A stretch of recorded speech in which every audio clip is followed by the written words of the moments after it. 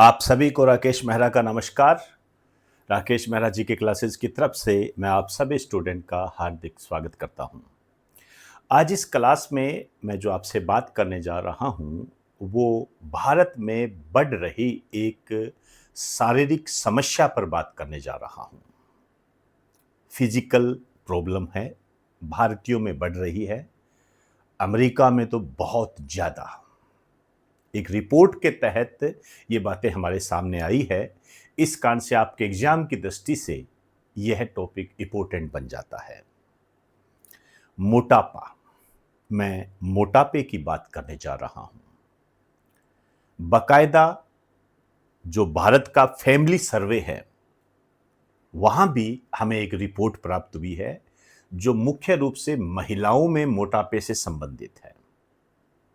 देखा जाए तो यह एक साइंस का टॉपिक है, तो मैं यहाँ अपने स्टूडेंट को जो ऑनलाइन ऑफलाइन है उनको सजेस्ट करना चाहूँगा कि जहाँ पर मैंने आपको कार्बोहाइड्रेट, प्रोटीन, फैट करवाया है वहाँ पर आप इस टॉपिक को ऐड कर सकते हो। आपके नोट्स इससे अपडेटेड और स्मार्ट बन जाएंगे, जो आपके लक्ष्य प्राप्ति में बहुत ही महत्वपूर्ण भूमिका निभाएंगे। तो इस सजेशन के बाद में मैं स्टार्ट करता हूं। शब्द आपके सामने है एब्डोमिनल ओबेसिटी। एब्डोमिनल ओबेसिटी क्या है? पेट की चर्बी को मापना, पेट की जो चर्बी होती है ना उसको मापना। आप जानते हो कि जब मोटापा आता है तो सबसे पहले जो प्रभाव डालता है वो पेट पर डालता है, उसी पर आधारित है एब्डोमिनल ओबेसिटी। इसका अर्थ हो गया पेट की चर्बी को मापना। देखिए, एग्जामिनर जो होता है वो आपसे जो यह सवाल करता है वो इस तरीके से करता है कि अभी हाल ही में समाचार पत्रों में एब्डोमिनल ओबेसिटी नामक शब्द चर्चा में रहा, इसका संबंध किससे है? अब जो इंग्लिश मीडियम के वो तो इसको समझ पाते हैं, ना भी समझ पाए, दोनों ही बातें हैं। लेकिन जो हिंदी मीडियम का स्टूडेंट होता है उसके लिए फिर ये महाभारत हो जाती है। तो मैं यहाँ आपको क्लियर कर दूं, इस टाइप के भी आपके क्वेश्चन बनते हैं। तो किससे संबंधित हो जाएगा? मोटापे से, पेट की चर्बी को मापने से संबंधित। एक फैमिली सर्वे हुआ है, महिलाओं में मोटापे के बारे में बताया है। बड़ी गंभीर बात कही है कि जो वेट होगा महिलाओं का वो बैलेंस रहेगा, लेकिन आंतरिक रूप से जो मोटापा है वो महिलाओं में बढ़ रहा है। भारत में महिलाओं को यहां पर सचेत हो जाना चाहिए, क्योंकि जो स्थिति ये रिपोर्ट बता रही है वो भी बहुत खतरनाक है। क्या है ये स्थिति? हिप वेस्ट अनुपात के आधार पर, हिप वेस्ट, हिप आप समझते ही हो, वेस्ट रेशियो के आधार पर उन्होंने कहा है कि 56.6% महिलाएं इस मोटापे की सरकार है। हिप वेस्ट अनुपात इस मोटापे की शिकार है। शायद मेरी बात आप समझ गए होंगे। 100 में से 56.6% महिलाएं हिप वेस्ट रेशियो जो मोटापा है उससे ग्रसित है, शिकार है। कमर की परिधि के आधार पर यदि आप देखोगे, कमर के आधार पर देखोगे तो 39.9%, मोटे तौर पर 40% भी आप कह सकते हो। तो ये एक सर्वे हमारे सामने आया है। परसेंटेज इतना इंपॉर्टेंट नहीं है, मैं आपको क्लियर कर दूं। कहीं आप ये सोचो सर ये परसेंटेज याद करने पड़ेंगे, मोटे तौर पर हल्का फुल्का ध्यान रखो। उसको 56% याद कर लो, इसको 40% याद कर लो, रहे तो, ना भी रहे तो भी ऐसी कोई समस्या नहीं है। ऐसी कोई महाभारत नहीं हो जाएगी कि मेरे साथ क्या हो गया, क्योंकि अक्सर स्टूडेंट क्या इसी दिशा में चलता है। इस क्वेश्चन के आने के चांस कम होते हैं। ऐसे नहीं कहेगा कितनी परसेंट महिलाएं हिप वेस्ट अनुपात मोटापे की शिकार है, ऐसे नहीं बनता क्वेश्चन, ध्यान रखें। क्वेश्चन के क्राइटेरिया अलग होते हैं। हाँ, कोई यूट्यूबर है वो आपको बता देते हैं पीडीएफ पाडीएफ दे के, वो एक अलग बात है, उस पर मैं नहीं जा रहा हूं। लेकिन क्वेश्चंस ऐसे नहीं बनते हैं। क्वेश्चंस इसके बेस पर बनते हैं। कैसे बनते हैं अभी बताऊंगा। एक तो ये तो 15 से 34 वर्ष की महिलाएं मोटापा ज्यादा है, मतलब एज ग्रुप कौन सा है जिसमें मोटापा ज्यादा है? 15 से 34 वर्ष। ये भी ज्यादा याद रखने वाली बात नहीं है, एक नॉलेज होना चाहिए आपको, तभी तो आगे की बात को समझ पाओगे। वजन सामान्य, ये सबसे महत्वपूर्ण बात है इसकी, सबसे महत्वपूर्ण बात। वजन सामान्य है लेकिन शरीर में फैट बढ़ रहा है। अब आप सोचिए, हार्ट है, फेफड़े है, किडनी है, लीवर है, इसमें फैट बढ़ रहा है, लीवर फैटी हो रहा है और वजन सामान्य, आपको पता ही नहीं लगेगा क्या हो रहा है। और जो वो अंग होगा जिस पर फैट चढ़ गया है, वो अंग जो होगा अपना काम करना कम कर देगा, और जिस दिन बंद कर देगा उस दिन गए। तो वजन सामान्य लेकिन शरीर में फैट बढ़ रहा है, ये महिलाओं के साथ हो रहा है, ध्यान रखें, अलर्ट रहे भारत की महिलाएं। क्लियर? आइए अब देखिए, जब हम बात करते हैं मोटापे के अध्ययन की, इससे क्वेश्चन कैसे बनेंगे हैं, जैसे बैरिएट्रिक्स। बैरिएट्रिक्स क्या होता है? मोटापे का अध्ययन, बैरिएट्रिक्स। ओबेसिटोलॉजी, ओबेसिटोलॉजी ये क्या होता है? Study related to weight management, वजन प्रबंधन से संबंधित अध्ययन। आपके वेट को मैनेज करना, जैसे जिम में जाते हो तो आपकी हाइट नापी जाती है, फिर आपका वेट नापा जाता है, और फिर जो एक स्टैंडर्ड बना हुआ है उस स्टैंडर्ड के आधार पर टारगेट डिसाइड किया जाता है। ये होता है वेट मैनेजमेंट। मतलब आपकी हाइट कितनी है, आपको कितना वेट आपके शरीर में होना चाहिए, वो होता है ओबेसिटोलॉजी। तो ये दो शब्द जो है आपके लिए इंपॉर्टेंट है। बेरिएट्रिक्स मोटापे का अध्ययन होता है, ओबेसिटोलॉजी ये वजन प्रबंधन का अध्ययन है, study related to weight management. अब जब हम मोटापे के शिकार हो रहे हैं तो हमें यह भी पता होना चाहिए कि मोटापे को हम कम कैसे करें। आपको मैं यहां पर क्लियर कर दूं, यदि आपको मोटापे को कम करना है तो आपको अपने भोजन के अंदर कार्बोहाइड्रेट को कम करना पड़ेगा। कार्बोहाइड्रेट, आप इसको शुगर भी कह सकते हो, आसान भाषा में कहो तो आपको मीठा कम करना पड़ेगा, मीठा कम खाइए। अब ये जो कार्बोहाइड्रेट है ये कैसे काम करता है? एक तो ये आपकी जो फैट होती है उसको बर्न कर देता है, शरीर के अंदर जो फैट होगी उसको बर्न कर देगा, जला देगा, मतलब खत्म कर देगा, आपका वेट कम हो जाएगा। इसके अलावा आपके शरीर के अंदर जो पानी है जो किसी काम का नहीं है, मतलब वो पानी जो कि किसी काम का नहीं है वो कम कर देगा। अब वो कम कर देगा तो वेट कम हो गया।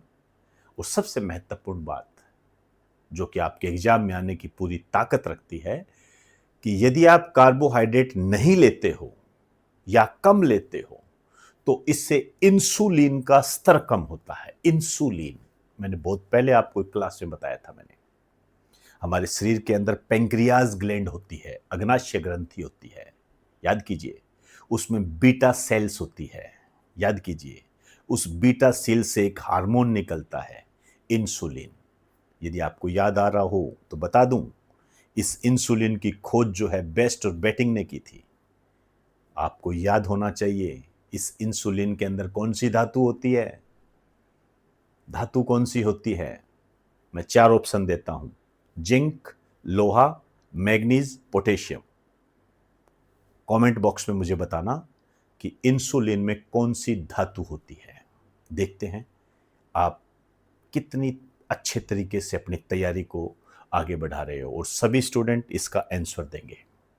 क्लियर?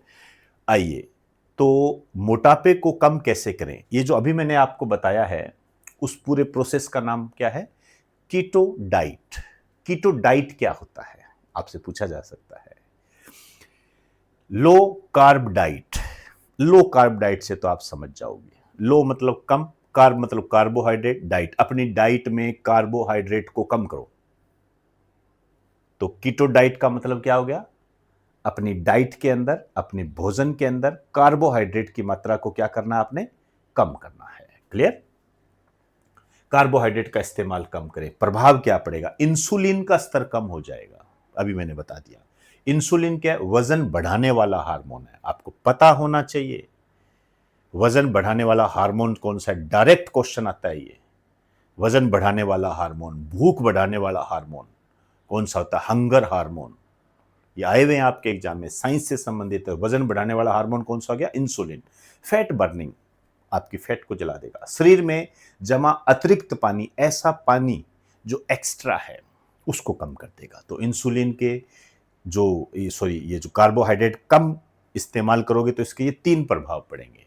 यहां से आपके क्वेश्चन पुटअप होगा। और इससे भी बेहतरीन क्वेश्चन मैं बात करने जा रहा हूं, जहां मैंने आपको कहा कि वजन बढ़ाने वाला जो हार्मोन है वो इंसुलिन हार्मोन होता है। इसके साथ साथ आपको 2 हार्मोन्स के बारे में और जानकारी होनी चाहिए। कौन कौन से? एक है ग्रेलिन, एक है लेप्टिन। ग्रेलिन जो है स्टोमक से निकलता है। स्टोमक मतलब आमाशय, हिंदी में बोलते हैं, वहां से निकलता है। इसको, ग्रेलिन को हंगर हार्मोन कहते हैं, भूख को बढ़ाने वाला हार्मोन। इसी तरीके से जो हमारे शरीर के अंदर जो फैट सेल्स होती है, फैटी टिश्यूज जो होते हैं, वसा उत्तक जो होते हैं, वसा कोशिकाएं जो होती है, उससे एक हार्मोन निकलता है लेप्टिन। लेप्टिन ये क्या करता है?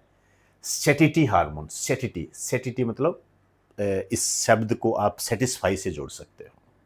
सेटिटी हार्मोन ये क्या करता है? पेट भरने का संकेत देने वाला हार्मोन। आप खाना खाते हो, आप कहते हो मेरा हो गया, ऐसे बोलते हैं ना, मेरा हो गया। तो मेरा हो गया मतलब आप अब खाना नहीं खाना है, आप पेट भर गया आपका।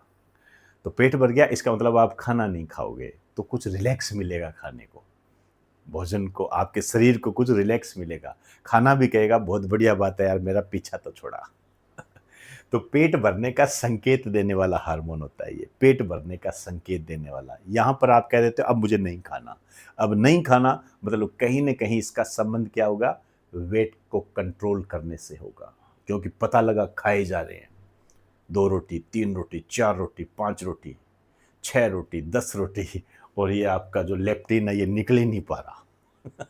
तो समस्याएं पैदा हो जाती है। इसका निकलना बहुत जरूरी है, क्योंकि आप पेट भरने का संकेत यदि वो जल्दी दे देगा तो आपको कम खाओगे, कम खाओगे तो वजन कंट्रोल रहेगा। तो ये ध्यान रखना, ये तीनों हार्मोन आपके एग्जाम के अंदर आए हुए हैं। कैसे आए हुए हैं बात करते हैं। आइए, पहला क्वेश्चन देखिए, ये सब आपके एग्जाम में आए हुए हैं, पुराने क्वेश्चंस हैं, साइंस के क्वेश्चन है। मुझे थोड़े इसके पेपर नहीं मिले, नहीं तो मैं वो जो पेपर में से कटिंग निकाल के दे देता। ये जो ऐसे देता हूँ ना, ये आपके एग्जाम में आए हुए हैं, लेकिन वो पेपर मिलते नहीं है, साइट्स पे मिलते नहीं है, तो फिर मैं वो निकाल नहीं पाता हूँ। मानव शरीर में मुख्य रूप से आमाशय, स्टोमक द्वारा स्त्रावित होने वाला कौन सा हार्मोन मस्तिष्क के हाइपोथैलेमस को भूख लगने का संकेत देता है? याद कीजिए, मैंने थोड़े टाइम पहले एक क्लास ली थी जहां मैंने भूख के बारे में आपको बताया था, और मैंने कहा था कि हमें भूख क्यों लगती है। तब मैंने वहां आपको बताया था कि हमारे ब्लड के अंदर जब ग्लूकोज की कमी होने लगती है तो हमें भूख लगती है। फिर मैंने आपको कहा था भूख का केंद्र कौन सा है? सेंटर ऑफ हंगर, वो केंद्र कौन सा है? तो मैंने आपको बताया था हाइपोथैलेमस, ब्रेन के अंदर होता है। तो ये क्या कह रहा है? मानव शरीर में मुख्य रूप से आमाशय से स्त्रावित होने वाला कौन सा हार्मोन मस्तिष्क के हाइपोथैलेमस को भूख लगने का संकेत देता है? तो जो भूख लगने का जो संकेत देता है, बताइए कौन सा देगा?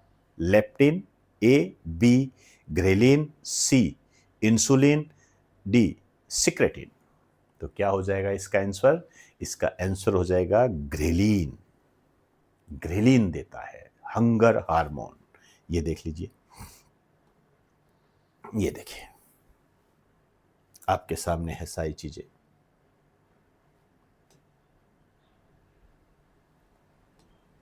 नेक्स्ट, वसा कोशिकाओं, इसको फैट टिश्यू जो मैंने नाम लिया, इसको एडिपोसाइट्स भी बोलते हैं, अच्छा शब्द है एडिपोसाइट्स, के द्वारा स्त्रावित वह कौन सा हार्मोन है जो मस्तिष्क को पेट भर जाने, फुलनेस का संकेत देता है और भूख को शांत करता है? अभी आपने बात की थी, एक ग्रेलिन को पढ़ा था हमने, एक लेप्टिन को पढ़ा था, इंसुलिन को पढ़ा था। ऑप्शन भी देखो यही है, ए ग्रेलिन, बी मेलाटोनिन, सी लेप्टिन, डी गैस्ट्रिन। तो क्या आंसर हो जाएगा इसका? लेप्टिन। क्लियर? चलिए नेक्स्ट, ये एक अच्छा क्वेश्चन है, इसको लगा दीजिए मोस्ट इंपॉर्टेंट, क्योंकि वर्तमान में जो समस्याएं चल रही है, आप उन समस्याओं से जोड़कर देखा करो इनको। जो समस्याएं होती है ना, उनको जोड़कर देखा करो, तभी आपको पता लगेगा चीज़ों के। आप जानते हो वर्तमान में लोग डॉक्टर के पास जो जाते हैं, वो क्या समस्याएं लेके जा रहे हैं। पता लगता है कि ऐसे कई सेंटर बन गए और वहाँ पे जो लोग जा रहे हैं, क्या समस्या बता रहे हैं, मुझे नींद ही नहीं आती, तरह तरह की टेंशन ले रखी है, दिमाग में तनाव ले रखा है, ये तनाव वो तनाव, चारों तरफ से मुक्के पड़ रहे हैं, नींद आ नहीं रही, ये करना है वो करना है। तो ये गलत होता है, ध्यान रखना ये चीजें। अपर्याप्त नींद, स्लीप डेप्रीवेशन लेने से शरीर में किस हार्मोन का स्तर बढ़ता है और किस हार्मोन का स्तर घटता है। मतलब नींद किस हार्मोन का स्तर घटता है और किस हार्मोन का स्तर बढ़ता है, दोनों पूछ रहा है। बढ़ता कौन सा है और घटता, जिससे व्यक्ति को अधिक भूख लगती है और मोटापा बढ़ता है। ऑब्वियसली बात है, भूख कब लगेगी? जब लेप्रीन बढ़ेगा। सही कह रहा हूं? भूख कब बढ़ेगी? सोचिए, क्या लेप्रीन के बढ़ने से भूख बढ़ेगी या लेप्रीन के बढ़ने से भूख कम होगी? आपको पता होना चाहिए, क्योंकि ये जो ऑप्शन है, गौर से देखिए, ए लेप्टिन बढ़ता है ग्रेलिन घटता है, बी ग्रेलिन बढ़ता है लेप्टिन घटता है। यहीं फंस जाओगे, यहीं फंस जाओगे। इसीलिए मैंने आपको सचेत किया है, अलर्ट किया है, क्योंकि फिर उन बच्चों की श्रेणी में शामिल हो जाओगे जो कहेंगे अरे यार ये था क्या, मैं तो भूल ही गया यार। ये तो बहुत बैलेंस तरीके से इसको समय दिया करो। यदि आपको नहीं लगता है तो आप उसको पढ़ो, बार बार पढ़ो, दिमाग में उसको रखो, रिवीजन करो उसका, तभी बात बनेगी। तो इसका आंसर क्या, सी क्या है? इंसुलिन बढ़ता है, कोर्टिसोल घटता है, डी एड्रेनलिन बढ़ता है, थायरोक्सिन घटता है। तो क्या हो जाएगा? व्यक्ति को अधिक भूख लगेगी, मतलब भूख लगेगी तो हंगर हार्मोन तो क्या होगा? बढ़ेगा। और हंगर हार्मोन किसको कहते हैं? ग्रेलिन को। कहां से निकलता है? स्टोमक से निकलता है। और कौन सा स्तर घटेगा? जो मैं आपको बताया था, वो हार्मोन जो कि आपको बता देता है कि आपका पेट भर गया है, पेट भर जाने का संकेत देने वाला हार्मोन, वो कौन सा होता है? लेप्टिन। तो वो रुक जाएगा, वो कहेगा नहीं नहीं, एक बार इसको और भरने दे, तो उसका स्तर क्या हो जाएगा? कम हो जाएगा। तो ग्रेलिन बढ़ता है और लेप्टिन घटता है। तो इसका आंसर ये हो जाएगा। तो दोस्तों, ये कुछ बातें मैंने आपको बताई है जो आपके एग्जाम की दृष्टि से बहुत महत्वपूर्ण है। तो नमस्कार आप सभी को। इसके आगे की बात हम कल करें।